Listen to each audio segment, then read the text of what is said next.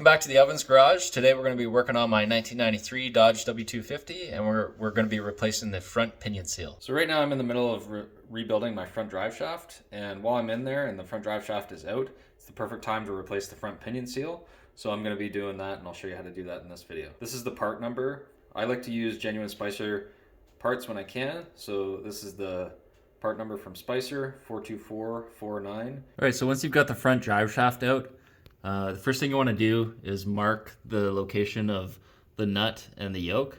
So I've marked the shaft here in relation to the nut, so that way when I put it back together, I have roughly the right torque spec.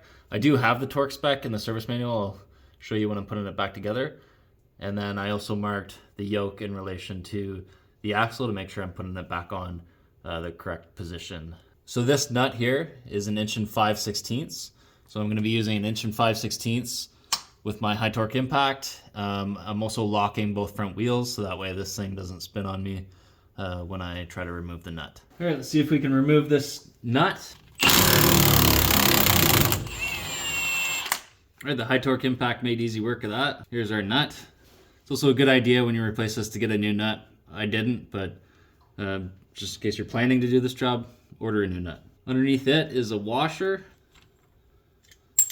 Got the washer. Now we may have to use a puller to pull this off. See if we can get it with our hands. Nope. All right, I'm gonna go grab a puller. All right, we've got a puller on here. We'll pull this yoke off.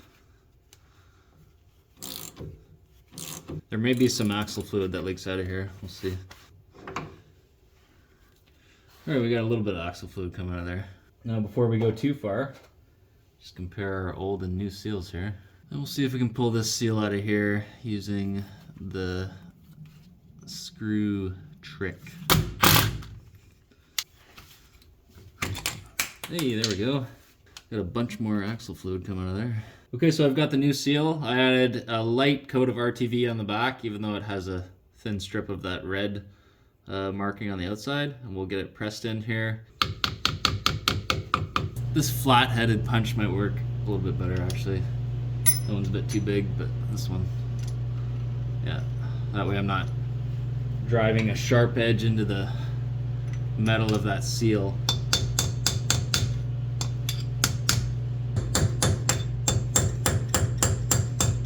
All right, I'm gonna go ahead and put the yoke back on, clean it up a little bit.